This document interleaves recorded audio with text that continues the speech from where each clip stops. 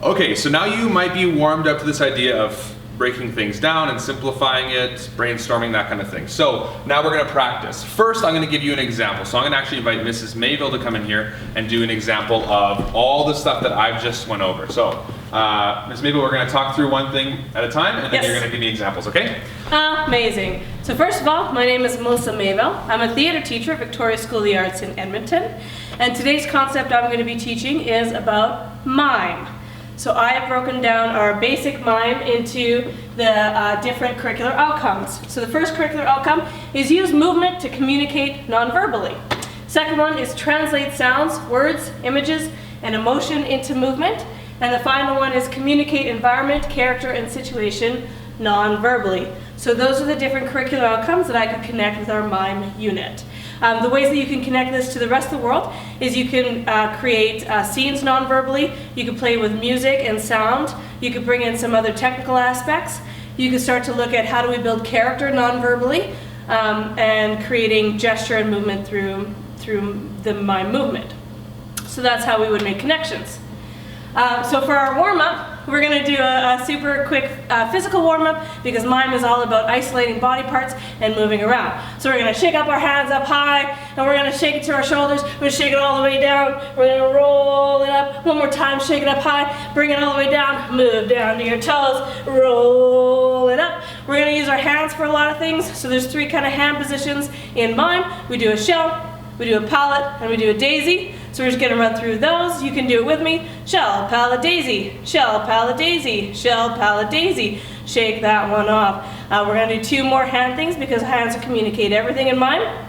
So if you put your hands together, we're going to roll in our fingers nice and slow. And then from where you start, you're going to roll it out. See if you can do it a little bit faster. Roll, roll, roll. Okay? Last one, we're going to do a V, and then we're going to do a W. We're going to do a V, and then we're going to do a W, and see how fast you can do it. And those kind of activities you can do on your own, and you can practice and play with whenever you want to, while you're watching TV, or you're listening to your parents, or in between drying dishes. So there's lots of opportunities to play with that. So then I'm going to talk through our three examples that we're going to look at. I'm speeding it along quickly, just so that this whole video is only about 10 to 15 minutes, but you would take a little bit more time. So the first thing we're going to do is fixed point. Fixed point is the concept that there are objects on stage that are that shouldn't move. So a wall or a table or things that we have established in our environment. So in the mime world, we want to make sure that if I've placed a table or a counter in one spot, that I make sure that it stays there all the time. And these are the three different exercises I'm going to do to demonstrate that, and you can do it at home. So I have these drama boxes here, and so I'm going to play with fixed point in terms of these drama boxes. I'm going to put my hands just about an inch above the drama boxes. I'm just going to move it back, and then I'm going to bring it forward, and I'm going to move it back. I'm going to try to do that maintaining the small distance between the box and my hands. I can move it sideways, to the other sideways, and then when I'm ready for a bit more of a challenge, I'm going to go all the way down, and I'm going to take it all the way up. And then when I have that, and I've learned that, and I've mastered that, I can move it to my own space, where I can do the same thing. And again, I'm trying to maintain that same distance wherever I'm at. So that's fixed point. The second thing we're going to look at is something I like to call pulse on, pulse off. So it's the idea that everything in the space has weight, any object that you establish.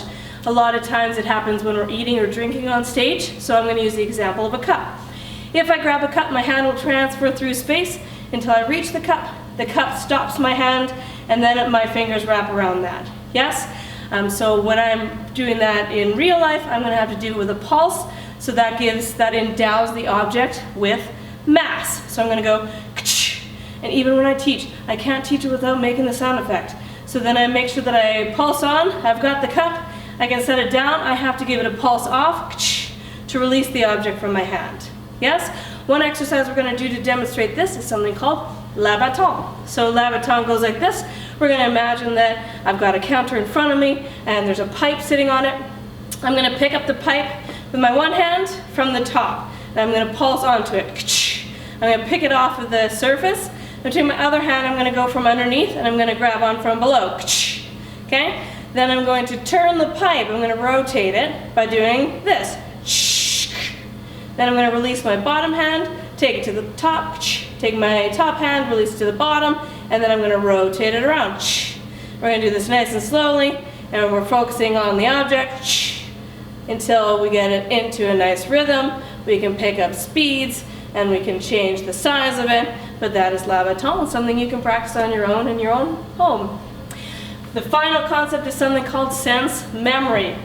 Sense memory is something where we can imagine or go back to a place or a time when we experience something. So something I like to connect to is food, because I love to eat. So imagining what is your favorite meal that you like to do. And if I were to do this in real time, I would invite the students to find a space where they could lie down or relax, somewhere that they felt safe that they could close their eyes and imagine their favorite meal. I would take them through a bit of an exercise of if you could imagine, how does it smell like? Where is it served? Is it served on a plate? Is it served in a box? Did somebody special make it for you? Did you call and order it? Is it delivered to the door? I would ask how it smelled. Is it hot? Can you smell that steam? Is it cold? All these kind of questions, I would go through a list of questions describing all the different senses, smell, sight, taste, etc., so that when they're envisioning it, they really get a good idea. Then I would invite them to do a bit of a self-exploration where they open up their eyes and they see the meal there. So then I'd invite them to think about, how do you eat it? Do you have to blow on it? Is it hot? Is it fork and knife? Is it chopsticks? And starting to explore all the different ways that they would eat the food to make specific choices. So what we're really discussing is making sure that the actor sees what they're inhaling or eating, so that the audience can see and understand what's going on as well. So it's making that connection between the audience and finding something relatable to the actor. And so those are my 3 lessons. Great, thanks Miss Mayville.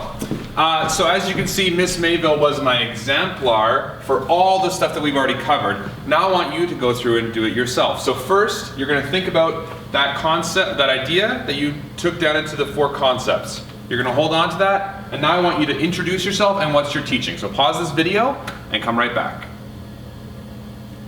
Okay, great. So you just did an intro for yourself. Fantastic. You have that on standby. Now I want you to think about the synopsis. The synopsis is broken up into 3 things: the program of studies, curricular outcomes, the connections to the real world, and then listing all the things we're going to do, including warm-ups and the practice. So take a time to pause this video and just jot down all those things: the curricular outcomes, the connections, and what we're actually going to do in this video. Pause the video. Great, and now you're back. Fantastic. So the last 2 things I need you to do, I need you to actually go back and think about what is your warm-up going to be. So you need to warm people up into, like Miss Mayville did, this idea of all these mime exercises. So she warmed up a physical body. Maybe you need to warm up their mind or their reflection skills. What are the things that you need to do? Just a short warm-up, 2 to 3 minutes. Pause and think about what those might be. Okay, got your warm-up now. Now you need one last thing to do, which is your practice. 2 to 3 things max. What are those skills that we need to learn so that we really know what we're doing with this aspect? So for us, the 2 to 3 things we did is we had somebody exemplify it for you, and now I'm getting you to go through and actually do it yourself, so that when you go to make a video, you have this list, this planning already done. So pause the video and just think about what are 2 to 3 things you could do for your concept.